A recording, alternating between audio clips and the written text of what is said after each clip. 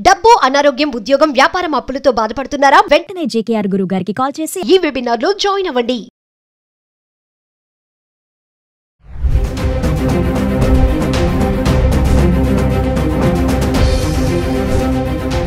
Hi hello నమస్తే, welcome back to Suman TV. ప్రస్తుతం మనతో పాటు ఉన్నారు centre for human security studies founder and executive director Kanneganti Ramesh Babu గారు. నమస్తే సార్. నమస్తే నవీన మేడం గారు. నమస్తే సార్. ప్రజెంట్ ట్రంప్ ఉన్నటువంటి ఈ టైంలో మనం చూస్తున్నాం, చాలా గందరగోళంగానే ఉంది.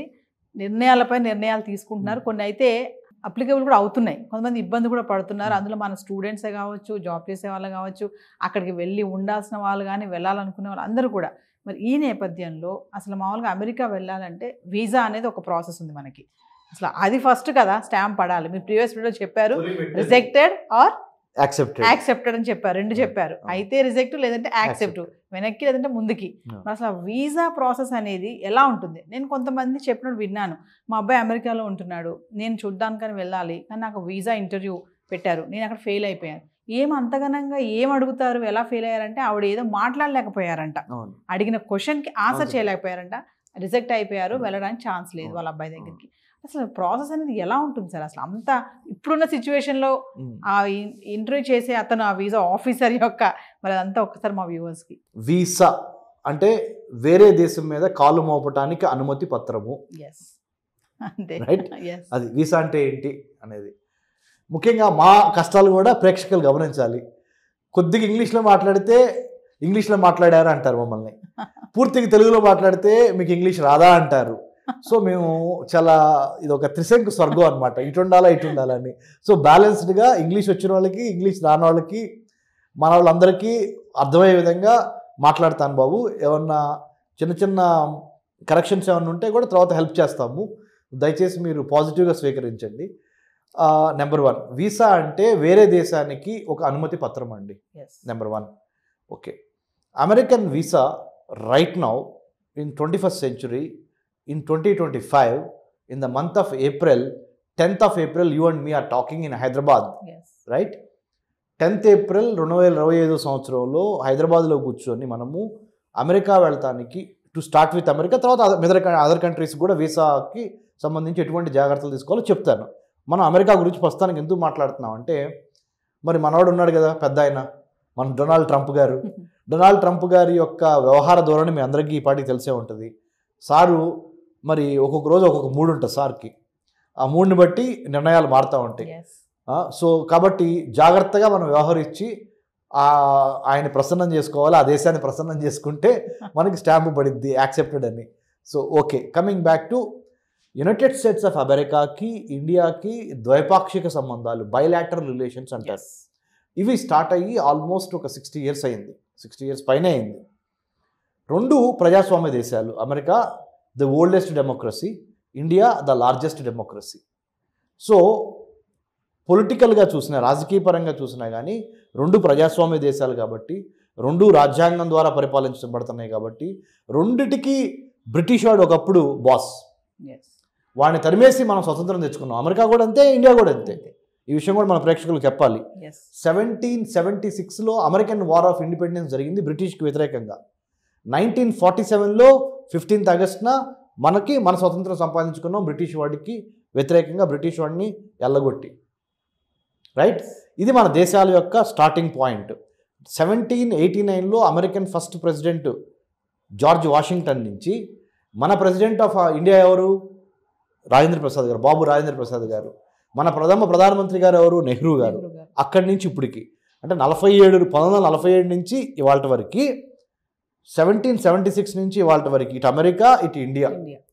సో 1947లో మనం భారతదేశం 15th August మన స్వతంత్రం వచ్చిన తర్వాత నుంచి ఇండియాకి అమెరికాకి మధ్య ఈ ద్వైపాక్షిక bilateral relationship, people to people contact, trade contact, tourism contact, technology contacts and more than anything else.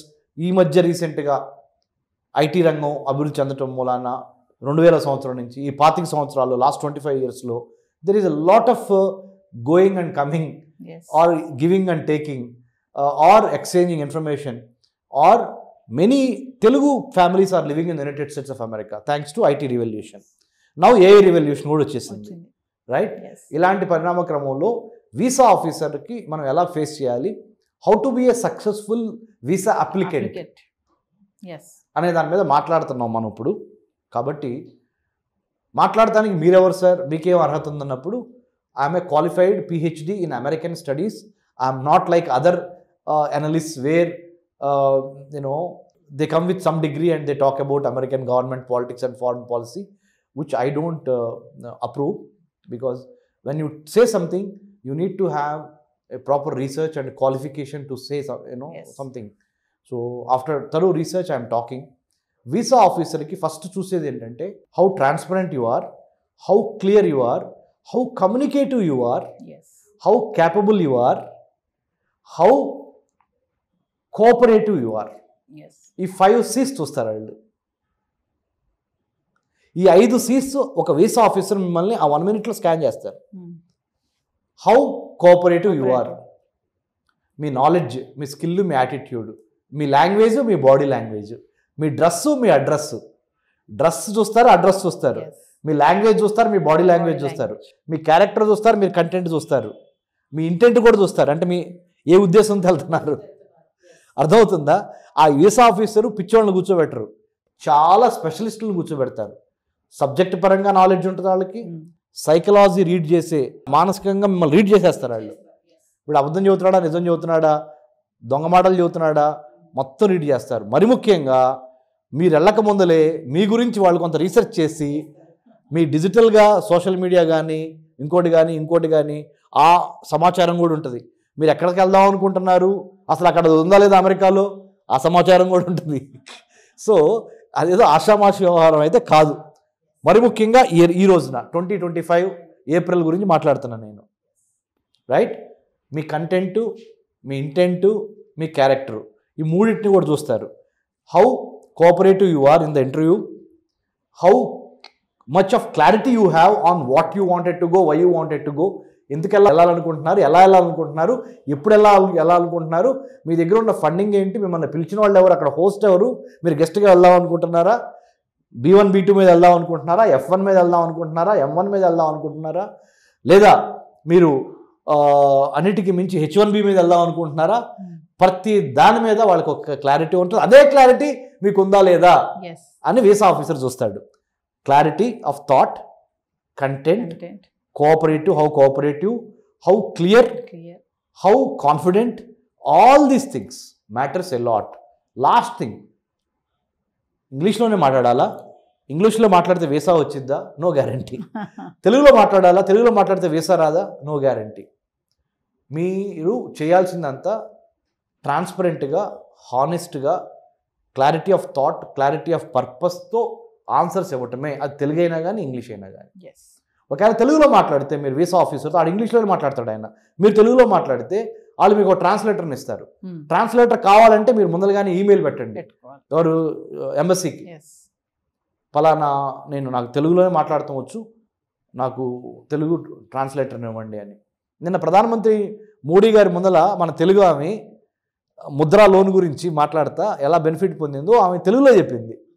So what I'm trying to say is, భాష కాదు, మీ భావం ముఖ్యం.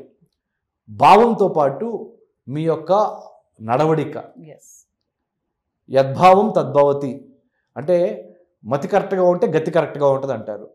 మీరు అబద్ధాలు చెప్పొద్దు, ఫేక్ మాటలు మాట్లాడొద్దు, ఆ క్షణం గడిస్తే చాలు కదా అనే మాటలొద్దు, దొంగ డబ్బులు, దొంగ సర్టిఫికెట్లు, దొంగ అకాడమిక్ డిగ్రీలు ప్రవేశపెట్టొద్దు. నిజంగానే అమెరికా ఎందుకు వెళ్తున్నారో ఆ ఉద్దేశానికి సంబంధించిన హోంవర్క్ కరెక్ట్గా చేసి, correct documentation, proper presentation, proper documentation, clarity of thought ఇవి మీరు మెయింటైన్ చేయండి. Thank you sir. Thank you అండి. జై హింద్.